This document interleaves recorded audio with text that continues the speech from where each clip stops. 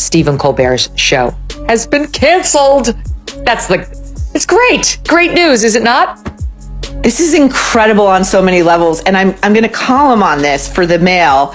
But so I was reading. There's this this is such a New York Times way to cover it. So they talked to this guy in Williamsburg, Brooklyn, who was out having dinner and got the alert on his phone that the Colbert Show has been canceled, and he sprung up like he was Batman getting the bat signal.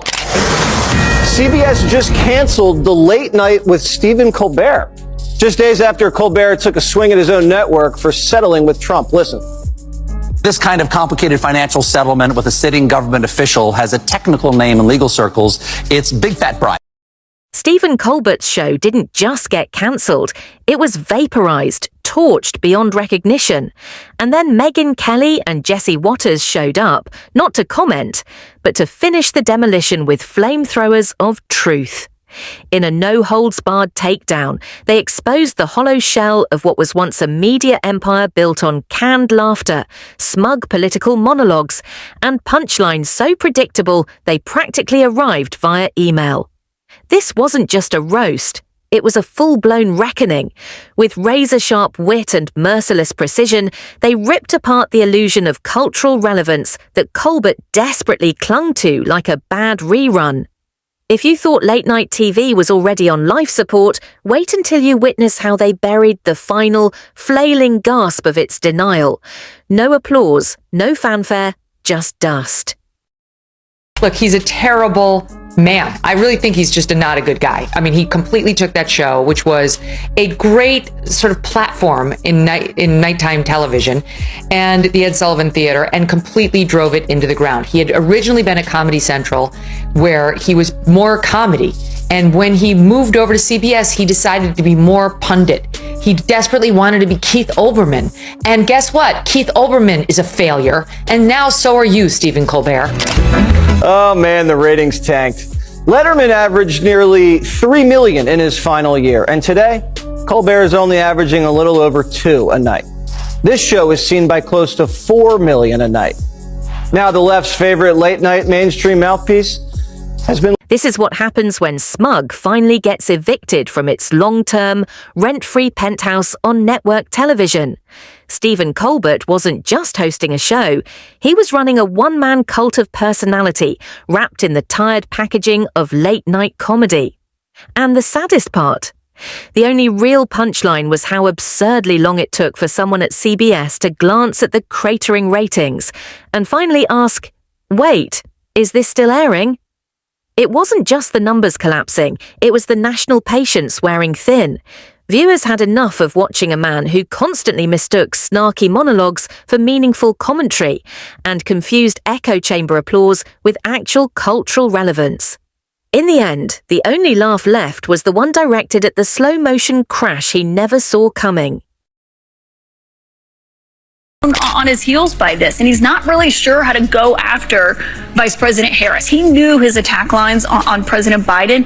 He really has struggled with how to go after someone who's 20 years younger than him, who is a different gender, a different race. It's kind of been this moment where he has not been able to coalesce around a single attack line. I know you guys are objective over there, that you just report the news as it is. No, I know. CNN makes it. I know that's supposed to be a laugh line? I wasn't supposed to be, but I guess it is. Unbelievable. Megyn Kelly stepped up like a seasoned prosecutor who had been patiently waiting years for this high-stakes trial. She didn't come armed with notes or rehearsed lines. She came wielding a metaphorical shovel, ready to bury the bloated, lifeless remains of a show that had long ceased to be funny and instead morphed into a weekly group therapy session for coastal elites drowning in their own superiority complexes. She shredded Colbert's so-called greatest hits like they were expired coupons, useless, dusty relics, embarrassing to even keep around. The self-righteous monologues, the tired political posturing disguised as humor, and the audience clapping mindlessly like seals at a fish market, all got dismantled under her relentless gaze. Megyn tore it all apart with the cold, precise efficiency of someone who never once bought into the hype, exposing the truth beneath the facade. Her appearance on Stephen Colbert last night was next level. He's so gross. So gross. I remember the Stephen Colbert who tried to just make us laugh, who is like kind of fun, and who, while we always knew he was leftist, didn't realize he hated the other half of the country so much. And then came Jesse Waters. While Megyn Kelly performed the intellectual autopsy with surgical precision, Jesse burst onto the scene like a demolition crew fueled by pure caffeine jitters. He didn't just roast Colbert, he deep-fried him in layers of irony, rolled him in relentless sarcasm, and served up the remains on a shiny platter labelled, "This is what happens when you mistake smugness for a personality." Jesse reminded everyone that Colbert wasn't cancelled by some mysterious, shadowy cabal. He was undone by nothing more than his own overinflated reflection. A mirror held up for too long eventually reveals every crack. And in Colbert's case, it shattered spectacularly, with one last forced laugh track and a cringe-worthy dance with a syringe. Fox News alert breaking right now. Word of a major breach of security on Capitol Hill. At least 7 people who work for the comedian Stephen Colbert were arrested and jailed last night for breaching the Capitol building. Here's what we know right now. Capitol Police were called around 8:30 p.m. Thursday night for a disturbance at the Longworth House office building. These individuals, who we've confirmed work for The Late Show, were seen roaming the building while it was closed to visitors. Colbert's show had slowly morphed into the TV equivalent of someone yelling into a vast canyon and then proudly calling the echo their audience. He didn't tell jokes anymore. He delivered long-winded lectures with punchlines so soft and subtle that you practically needed subtitles just to catch them. His monologues transformed into preachy sermons. His guests became little more than stage props, and his punchlines vanished faster than the last Blockbuster store on Earth. The guy managed to turn what was once comedy into a sanctimonious, dry PowerPoint presentation. Except, ironically, even the dullest PowerPoint occasionally manages to get a genuine laugh or two. Well, Colbert went out there and cried. Do we have him ripping on it? I don't think we have that. But anyway, he went on there recently and he ripped on his own employer for this settlement.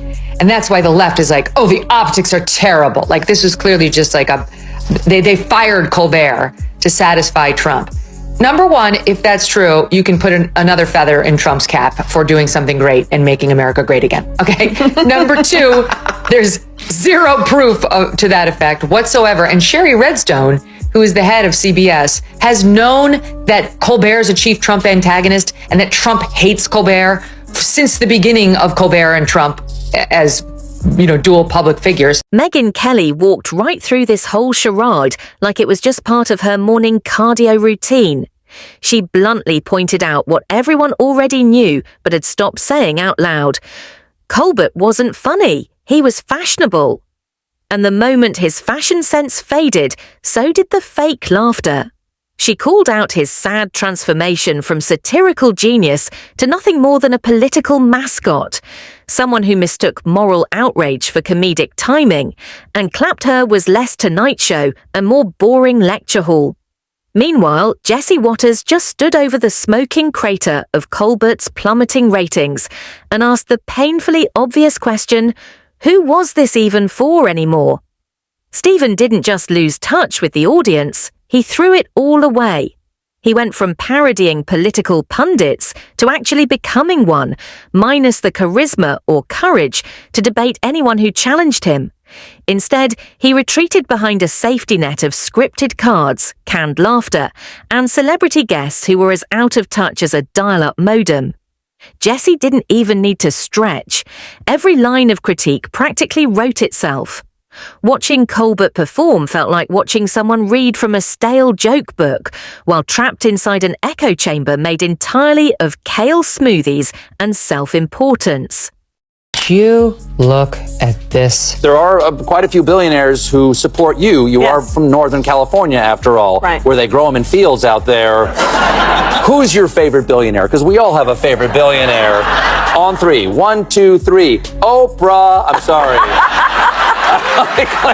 I claimed Oprah. You can't take her now. What's happened to him is what happens to virtually every news personality and late night personality and host of popular shows, podcasts, etc., which is they start getting invited to parties with Jennifer Aniston. Megyn, always the sharp strategist, traced Colbert's decline back to the exact moment he stopped trying to genuinely entertain and instead started trying desperately to impress. Impress who, exactly? A panel of New York Times columnists, a woke art school committee, his therapist, no one really knows. But somewhere along the way, the guy who once made conservatives laugh, even while mocking them, turned into someone who made no one laugh anymore, unless they were earnestly trying to prove just how progressive they were. Jesse compared his increasingly bizarre sketches to interpretive dance routines at a vegan poetry slam. Every joke felt like a deep think piece rather than a punchline. Nothing says comedy quite like watching a grown man in a suit awkwardly dance next to a cartoon virus while whining about vaccine statistics. Jesse called it Broadway for people who clap at airline safety instructions. Megyn added that watching those performances felt like a cruel punishment from the entertainment gods, a price we pay for allowing actual comedians to go extinct.